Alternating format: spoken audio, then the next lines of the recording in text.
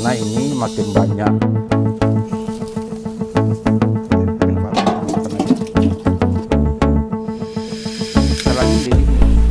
Ya baiklah, kita langsung saja untuk mempraktekannya. Pertama bahan yang kita butuhkan adalah ini ya, limbah ikan ini ya. Nih, ini limbah ikan yang tadi pagi ya. Saya minta ke tukang ikan ya. Baunya udah mulai itu ya.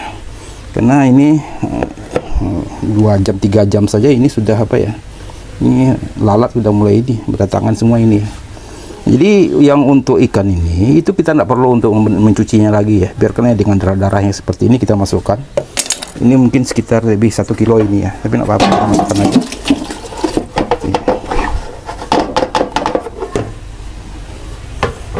Nah, mungkin lebih kurang sekilo ini ya, sekilo lebih ini. Ini ada kepala sama itu, tidak masalah. Begini kita masukkan saja. Nah kemudian kita masukkan air ya, lebih kurang 1,5 liter ini, karena ini jadi kurang sekitar 1,5 kilo ini ya. Oke. Nah kemudian kita rebus dengan ini, dengan gula merah ini ya. Jadi ini gula merah ini udah lebih kurang sekitar 200 gram ini ya. Kita cek lagi. Sebenarnya gula merah ini makin banyak makin bagus ya. Nah ini nanti akan makan makanan dari mikroba kita ya. Lebih kurang ya, hampir 200 lebih ya, nggak apa-apa, masukkan aja semua. Nah.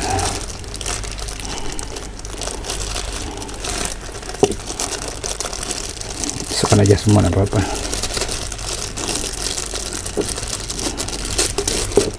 Ya dah. Kemudian ini nanti kita panaskan, kita rebus sampai dia mendidih, sampai kita bisa betul-betul memastikan bahwa bakteri-bakteri patogen yang ada di limbah ikan ini betul-betul mati ya. Jadi artinya bahwa limbah ikan yang kita gunakan untuk melakukan proses ini betul-betul dalam kondisi steril.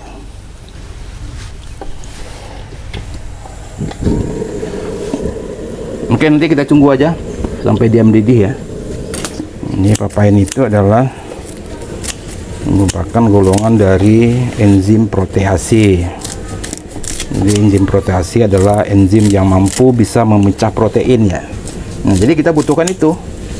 Nah, jadi memang ya tidak ada cara lain bagi kita untuk bisa mengurai protein dalam sebuah bahan organik atau daging gitu ya. Itu adalah hanya dengan cara memanfaatkannya dengan menggunakan enzim ya. Itu adalah enzim protease ini. Jadi ini tadi sudah saya timbang ya, lebih kurang sekitar 2 kilo lebih ini juga ini ya, daun pepaya ini ya. Nah jadi sebenarnya memang ada keuntungan dari membuatnya untuk sebagai tepung, walaupun memang ada juga kendalanya prosesnya panjang, karena setelah kita fermentasi kemudian kita anginkan lagi. Nah untuk menganginkannya itu mungkin butuh waktu lebih kurang 1 minggu juga ya, agar dia nanti betul-betul kering. Jadi keringnya itu tidak kering di bawah sinar matahari, tapi betul-betul kering sendiri. Nah kemudian kita menghaluskannya, memblendernya lagi. Jadi nah itulah kendalanya ya, ini kerja kita makin ribet. Nah tapi ada keuntungannya setelah dia jadi tepung itu dia akan bisa bertahan lama ya, bisa tahannya bulanan, bisa tahunan ya. Nah beda kalau seandainya dia dalam bentuk cair.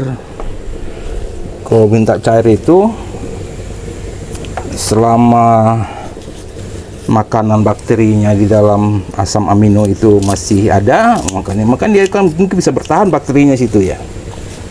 Tapi ketika gula merahnya itu sudah tidak ada lagi makanan di dalam itu, bisa jadi nanti dia akan diserang lagi oleh bakteri patogen yang lain ya. Walaupun kita juga sudah menggunakan bahan pengawet dengan bakteri Lactobacillus plantarum itu ya. Ini sebenarnya kalau kita model seperti ini, jadi menurut saya itu adalah lebih gampang ya kita membuat asam amino ya. Kalau kita gunakan dengan metode ekoenzim juga bisa. Jadi kalau ekoenzim kan tinggal mencampurkan antara bahan yang bahan limbah ikan ini, kemudian dicuci bersih, kemudian dicampur dengan gula merah itu ya. Jadi campurannya biasanya itu udah 1:1. Dulu saya membuatnya seperti itu ya. Nah, tapi kelemahannya proses fermentasi itu bukan sebentar ya. Paling cepat itu 3 bulan. Tapi bagusnya 6 bulan ya. Kalau kita membuat asam amino sampai 6 bulan baru kita bisa gunakan ya, kelamaan. Nah, itu ya kelemahannya. Kenapa saya memilih dengan cara ini ya. Nah, dulu saya memberikan asam amino itu membuatnya jangan seperti itu ya. Nah, tapi ya kelamaan kemudian ya jadi tidak efektif juga ya. Ketika tanaman kita sudah mulai tumbuh di masa vegetatif, asam aminonya belum Nah, kemudian kalau misalnya kita terlalu simpan lama pun ya, kita di beberapa waktu saya lihat itu waktu saya menggunakan model cara itu ya, mungkin saya lupa untuk menambah gulanya. Setelah di atas semula ya keluar jamur ya. Nah, kemudian keluar jamur ya, saya coba cium itu baunya ya luar biasa baunya ya. Berarti artinya bahwa asam amino yang dulu saya buat dengan model ekoenzim itu ya kelemahannya itu, karena memang kalau terlalu lama disimpan ya kemungkinan bahwa bakteri-bakteri lain itu akan cepat itu menyerang prosesnya itu ya, proses fermentasinya itu ya. Oke, baiklah, ini udah limbah ikan sama sama gula merah tadi sudah hancur ya, sudah dingin ini ya. Nah, ini memang pastikan harus dingin ya, karena memang kenapa kita harus dinginkan ini, karena nanti kita akan mencampurkannya dengan ini ya, dengan daun pepaya ini ya. Daun pepaya ini kita harapkan kita ngambil pepayanya di sini. Nah, kalau kita memblender dalam kondisi panas, maka itu akan merusak ya pepain dari pepain yang ada dalam daun pepaya ini. Nah, kenapa? Karena papain itu kenal enzim ya. Jadi dalam ilmu mikrobiologi itu enzim itu dia mempunyai sifat termolabil istilahnya ya. Termolabil itu adalah dia itu tidak tahan dengan panas di atas 50 derajat ya. Jadi kalau seandainya dia sudah kena panas di atas 5 sampai 60, di atas 60 derajat, itu dia nanti kekuatan dari enzim untuk bisa memecah protein ini tidak ada lagi ya. Nah, ini yang kita khawatirkan ya. Jadi makanya kita betul-betul memastikan ketika kita memblender ini dengan ini, itu betul-betul kita harus pastikan bahwa bahan yang kita akan blender ini adalah tidak panas ya, tapi suhunya sudah adem ya. Nah, jadi janganlah dilakukan ya, mencampur ini dengan ini lalu direbus, itu jangan dilakukan. Itu tidak akan terjadi apa-apa ya. Kenapa? Karena enzim tidak tahan dengan suhu yang panas ya, di atas 60 derajat ya. Jadi itu yang perlu saya ingatkan kepada teman-teman jika nanti teman-teman ingin membuat ini ya. Jadi kalau salah saja prosesnya, maka kita tidak akan dapatkan apa-apa ya. Yang kita harapkan ingin dapatkan enzim, karena enzimnya tidak bekerja ya, akhirnya kita sia-sia untuk melakukannya ya. Ini jangan nanti sampai dilakukan memanaskan daun pepaya ini bersamaan dengan memanaskan ini. Jadi cara kita gini aja ya. Nanti pelan-pelan kita blender ini.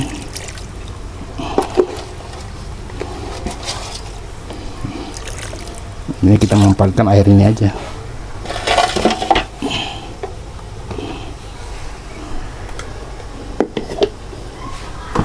Kita masukkan ke sini. Bismillah.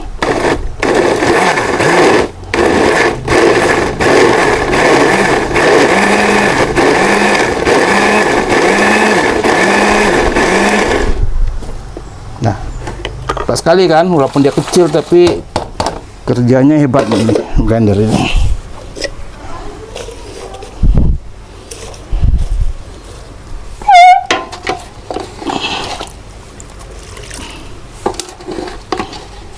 Ini setelah kita coba lakukan perebusan dengan menggunakan gula itu ya, ternyata dia bisa lebih duluan hancur ya.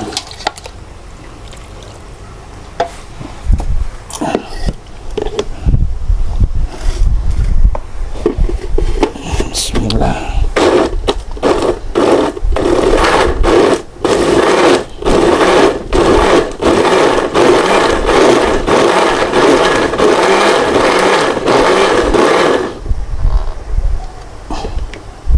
Ya, udah.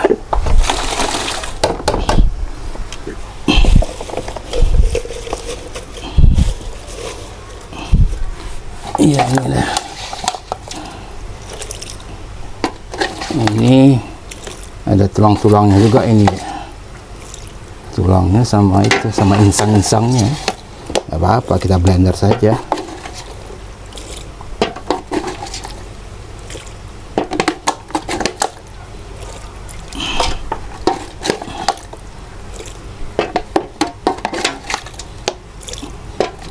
Ini sebenarnya kalau kita mau yang buat asam amino itu sebenarnya mudah ya. Ya kalau seandainya memang kita praktis memang harus beli. Because seandainya kita mempunyai kesempatan.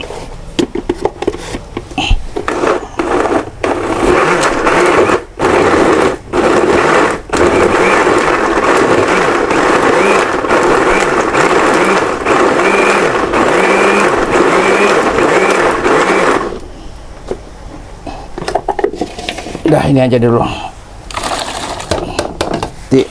Kita blender lagi. Nah ini jadinya ya. Nah, proses seperti ini. Ini tadi sangat luar biasa baunya ya. Tapi setelah kita kasih gula merah dan kita rebus, sama sekali tidak berbau lagi. Jadi yang kita lakukan, kita tinggal tambah bekatul. Jadi nanti bandingnya 1:1 ya. Nah tapi kalau seandainya kita inginkan kita membuatkan dalam bentuk tepung, ya kita banyakkan saja ini bekatulnya.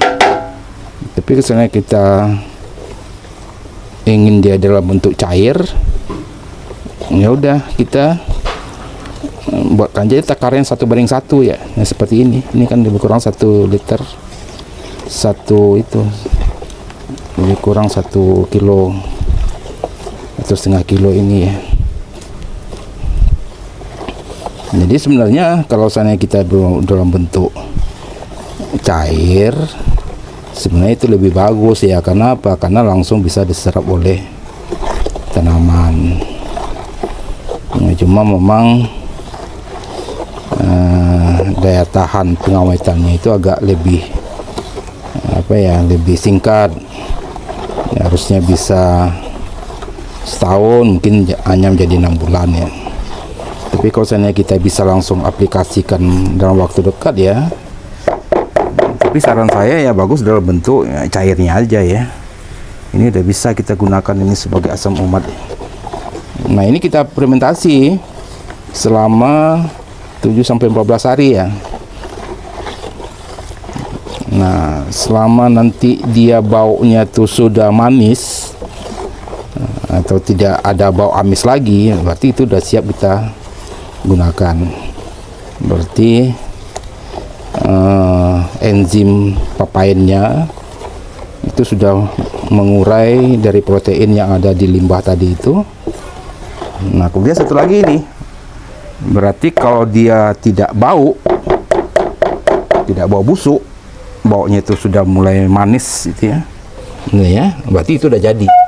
Makanya artinya kalau itu udah jadi berarti pekerjaan dari bakteri Plantarum ini sudah terjadi ya. Jadi kita masukkan aja 10. Dua aja ya, dua. Ini 5 mili ini ya. Nah, sedikit aja. Nah, kita gunakan ini ya. Untuk sebagai pengawet dan kemudian untuk mengantisipasi agar bakteri jahat atau bakteri patogen jangan bisa mendominasi hasil fermentasi kita. Nah, setelah ini itu langsung kita masukkan ke dalam botol. Nah, kemudian kita sisakan, karena ini adalah jenis bakterinya adalah Lactobacillus ya. Jadi Lactobacillus itu sebenarnya adalah bakteri yang sifatnya apa ya? Fakultatif ya. Dia sebenarnya bisa oksigen, bisa tidak beroksigen, tapi dia lebih suka tidak sedikit oksigen. Nah, tapi dia masih membutuhkan, tapi dalam kondisi yang sedikit ya. Makanya dia disebut dengan apa? Dengan bakteri fakultatif. Sebenarnya dua-duanya bisa dia ya, tanpa aerob dan aerob, Lactobacillus bisa bekerja ya. Nah, tapi dia akan lebih enak bekerjanya antara ada oksigen sedikit, tapi lebih banyak tidak ada oksigennya. Jadi seperti itu. Jadi nanti ini kita simpan di apa? Kalau bisa dalam stoples yang kita tutup rapat ya, ini sebentar lagi udah dingin, nanti baru dingin kali, baru nanti kita masukkan. Kemudian kita diamkan saja, dan usahakan jangan kena cahaya cahaya langsung matahari ya. Tempatkan di suhu ruang aja. Nah, kalau bisa dalam kondisi gelap ya. Dapat tidak dengan cahaya agar prosesnya itu bisa lebih maksimal ya. Nah, mungkin demikian saja sahabat petani. Mudah-mudahan apa yang kita diskusikan pada sore hari ini bisa bermanfaat bagi teman-teman. Bagi teman-teman dan mulai sekarang sudah bisa membuat sendiri ya asam amino itu tanpa harus berlama-lama menunggunya sampai berbulan-bulan ya untuk bisa mendapatkan asam aminonya ya. Dengan cara ini saja sudah cukup ya. Dengan catatan bahwa kita pastikan papain, enzim papain yang ada di ini itu betul-betul maksimal untuk bekerja untuk sini ya. Jadi makanya kalau kita memilih daun pepaya, usahakan daun pepaya yang sudah masih segar ya. Jangan cari daun pepaya yang sudah menguning, karena unsur papayanya atau enzim papayanya sudah mulai berkurang. Ini demikian saja. Mudah-mudahan bermanfaat. Wabillahi taufiq wal hidayah. Assalamualaikum warahmatullahi wabarakatuh.